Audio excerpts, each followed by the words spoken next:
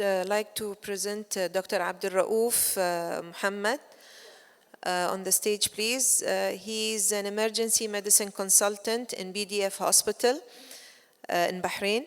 He is also Saudi and Arab board certified in emergency medicine, holds a diploma in child health and a diploma in leadership and organizational development, both from the Royal College of Surgeons in Ireland. He is very much interested and great believer of the point of care ultrasound in emergency medicine and the critical care. Morning, assalamu alaikum. I cannot see you all, but good audience. Okay. It's a messy subject to start. Just came in, anyhow. I hope I'll try to explain as much as I can. And my objective will be actually one, which will be the final 4 slides. So we can go through the talk, but the main objective will be the last 4 or 5 slides. So disclosure.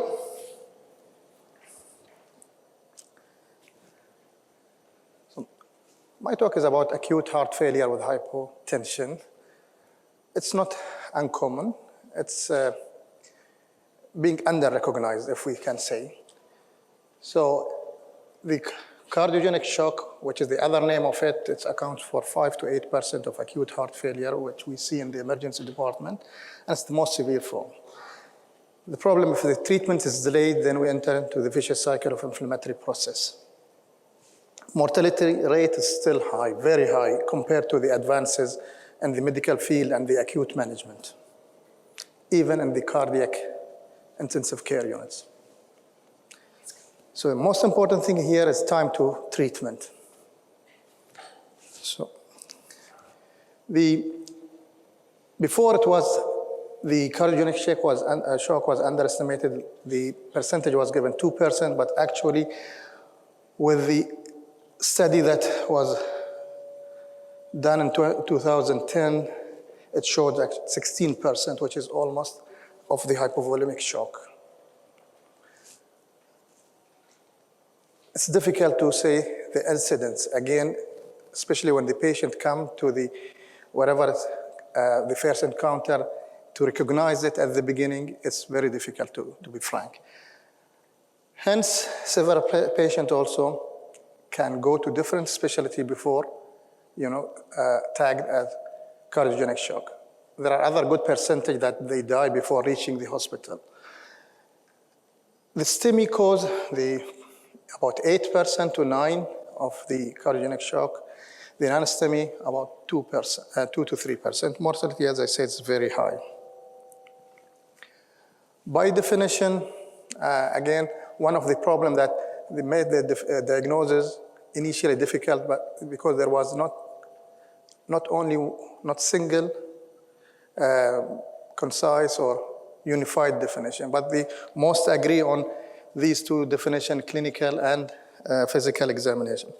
So it's systolic blood pressure less than 90 for more than 60 minutes, or use of pharmacological or mechanical support for more than 90 millimeter of mercury, plus evidence of hypoperfusion, which is the urine output less than 30 ml, cool extremities, mental status, and the serum lactate, which I don't like.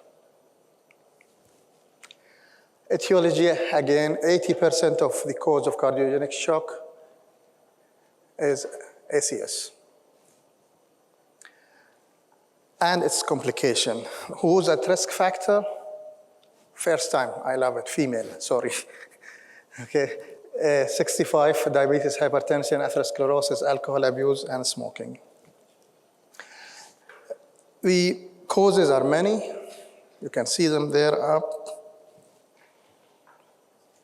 From the ACS down to the tachycardia arrhythmias.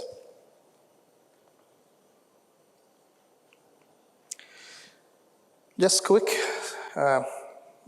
talk about the pathogenesis of it, or the mechanism. It starts with acute cardiac injury for whatever cause.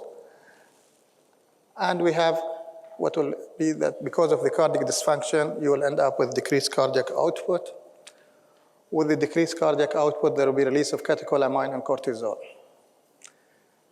As a result, there will be decreased peripheral perfusion, compensatory systemic vasoconstriction because of the acute injury. If the patient was not picked up and treated early, the development of the systemic inflammatory response and becoming more advanced, this is another issue which complicates the management of such patient. So this results in release of the mediator. These mediators further decrease the cardiac output and impair the stroke volume, which by impairing the contractility, further impairing the myocardial function.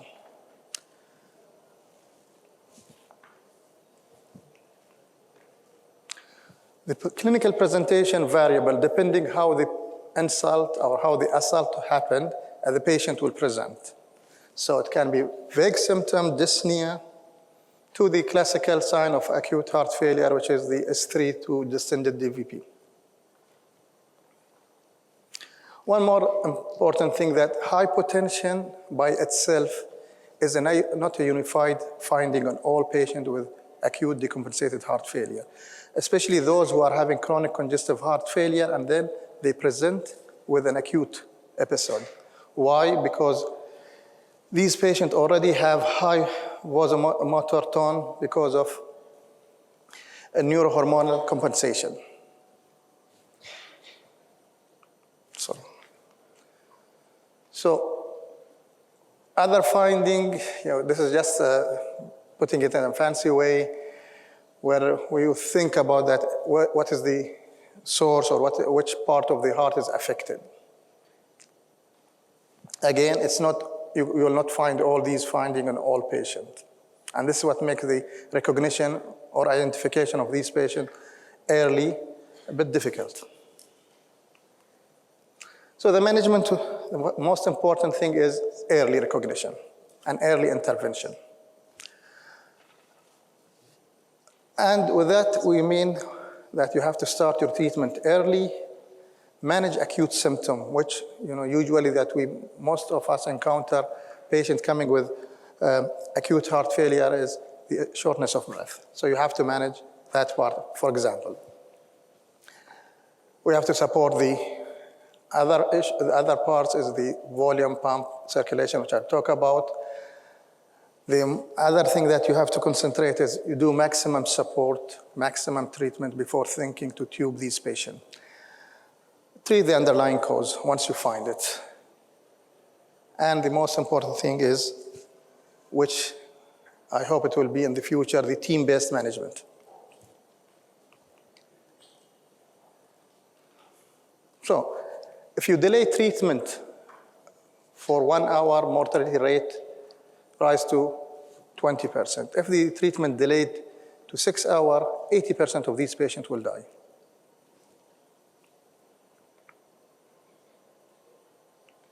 And this is in patients who are having acute myocardial infarction and cardiogenic shock. And this is what I said, the mortality rate is high, even in the people who are, the master of the cardiac care. So assessment, as usual, history, physical examination, ECG should be done to all patients immediately. And the thing that now I think it's like our stethoscope is the bedside cardiac ultrasound, which I'm going to talk about further. And we utilize that using some of the protocols which are available. ECGs, if anybody diagnose or can tell me one find. So these are just some of the ECG changes that we will see in such patient. It's not single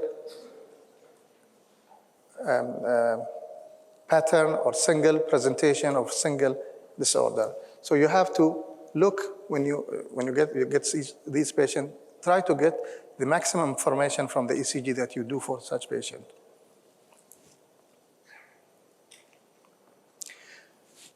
Just anybody can tell me what is this? Anybody? Volunteer. أحد يقدر يقول لي شنو هذه؟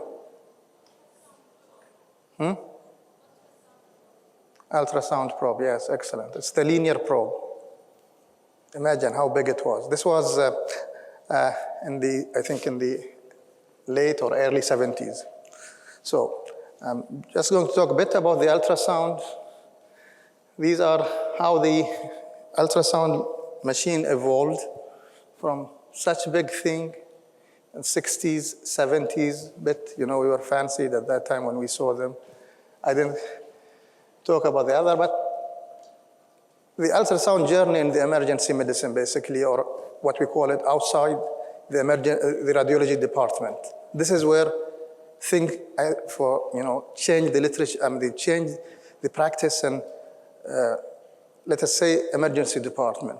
So it was started in the 70s by the surgeons and emergency physician. So they used it for trauma patient. And by 90s, fast exam was there. And from there, the utilization of the ultrasound increased. And we reached to what is called point of care ultrasound, and it almost became, let me say, an integral part of most of our specialties.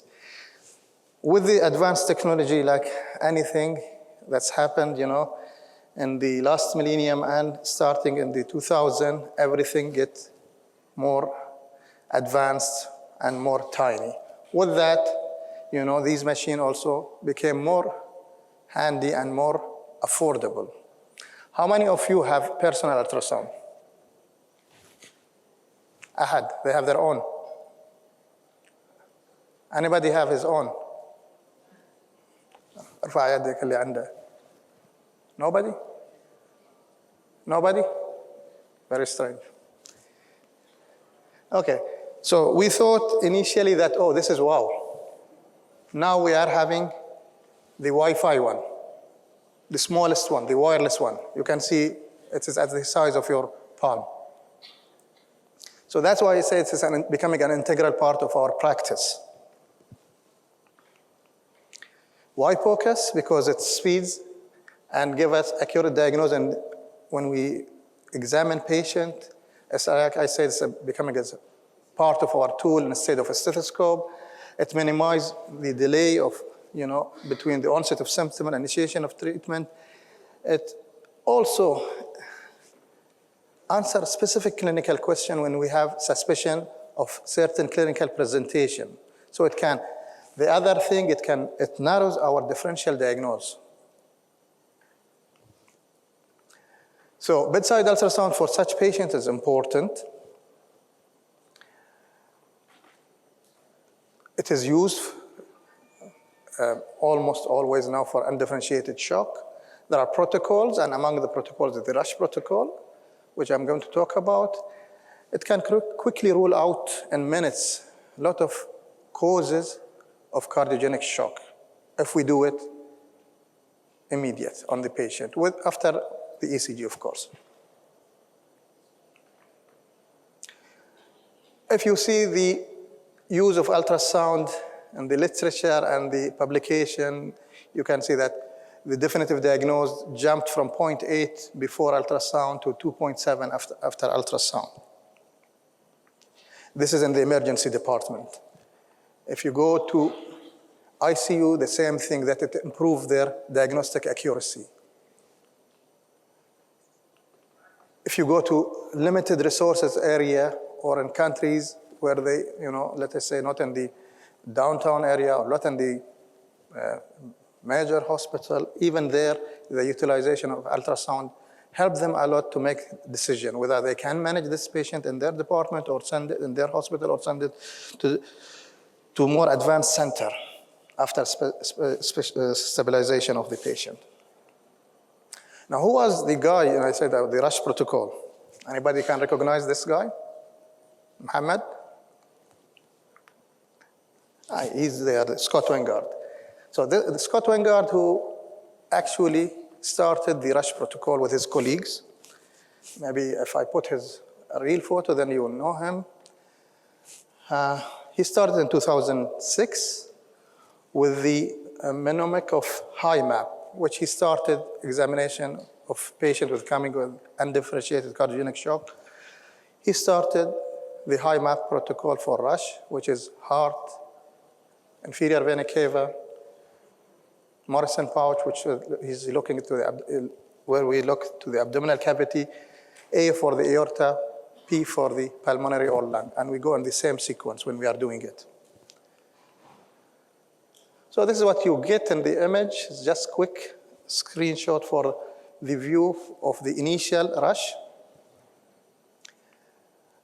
After that, 2 more areas were added. One was for the ectopic pregnancy, which is the pelvic examination in female when they present cardiogenic shock. We have to look to that area. And the blood clot, which is the vessels. We have to look at the lower extremity. Okay. So pump, tank, pipe. Okay. And this is a nice diagram showing you what we are going to look from the precardium to tamponade to the failure, where you look for the size of the right ventricle to rule out PE. Then for the tank, which is the volume, you look to the IVC, to the lower abdominal cavity, and for the pipes, you look the vessels, the aorta to the lower limb veins to rule out DVT. So these are the findings. In the cardiogenic shock, they have like hypocontractile heart, dilated heart size, distended IVC, and distended GVC, lung rockets, which are the B lines, pleural effusion, ascites. Of course, you will be having, if there are other findings, pneumothorax or precardial effusion, all these things can be ruled out. Hemodynamic monitoring is also important in these patients. Invasive cardiac output monitors are usually only recommended for patients who are severe or shock or refractory shock. And usually this is not done in the emergency department. So we did all that, patients, how we should place them, monitor them, and start managing them. So as I said, maximize your treatment, manage these patients. They are hypovolemic. Yes, they might be dyspneic. Manage that, pharmacologically, give them support, whatever, before you start putting them or tube them. And if it happened that you maximize your treatment and manage them with all your available resources, and then you have to intubate them, try the non-invasive. And if you go for invasive, use the lung protective strategy. Why? Because even patients with acute myocardial infarction, who had cardiogenic shock, when they put on ventilation, the mortality rate was high, and hospital mortality was high. So resusc before tube. The goal of management of cardiogenic shock is support the coronary organ perfusion, and this is done by achieving optimization of preload, contractility, and afterload. Preload support, basically fluid support of these patients. There are different ways to support them. And the amount of fluid, some of them say 500 ml per, like bolus. Others say just give 100 ml per minute and reassess, 100 ml per hour and reassess, and see the response. So these are where you say the fluid challenge. Others also say just give it regardless, just give it to everyone who's coming with cardiogenic shock, regardless to their fluid status. The other measure that we have to do is the cardiac contractility, and what we mean is the pump dysfunction, how we can improve the cardiac work to increase the cardiac output.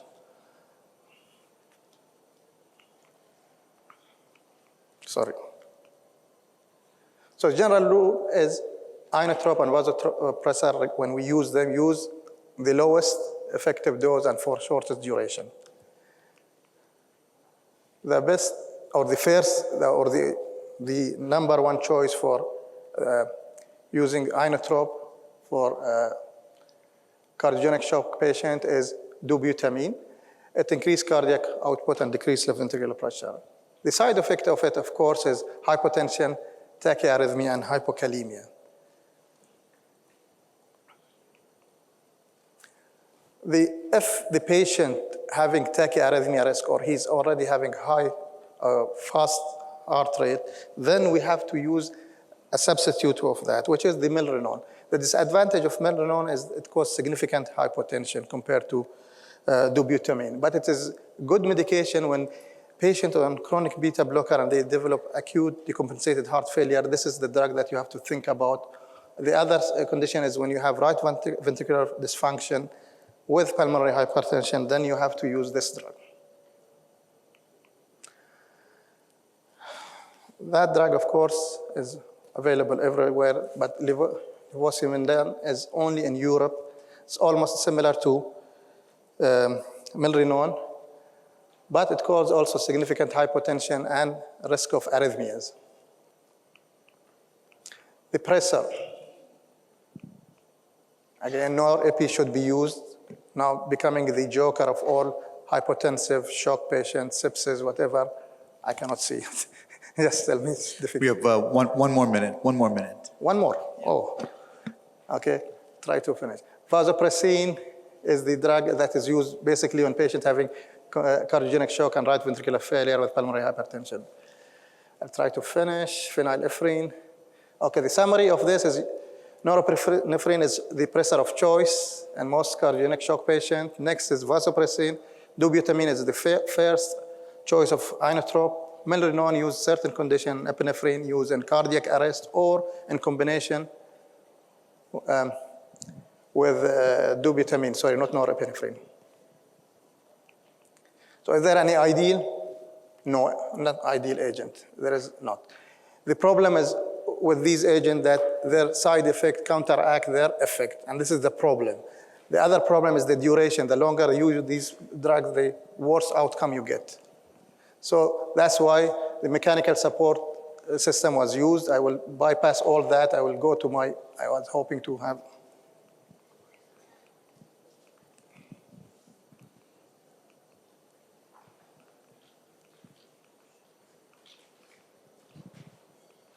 So now, because of the complexity of this situation and because most of the management still having high mortality and the outcome is not equalizing the improvement in the medical field, one of the things that people start to think is the team approach management of such patients.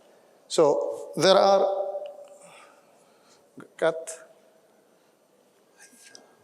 okay, anyhow.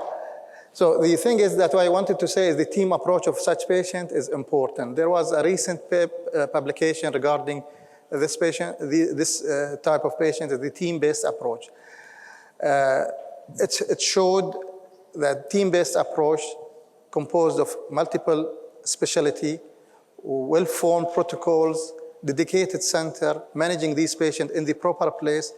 A recent paper release showed that there is improvement in the survival rate. And this is what we want actually, that we have to have a team approach, multidisciplinary approach, like we are having it for the trauma team, for the trauma cases, for the cardiac arrest, also the stroke team. This is a complex problem which we should be tackled at the level of team. Since there are no standard or unified protocol, or even the guidelines are keeping to change. You know, they don't stand for a year or two, then they are changed the next year or downgraded from level 1 down to level 3. Thank you, Dr. Mohammed. Thank you.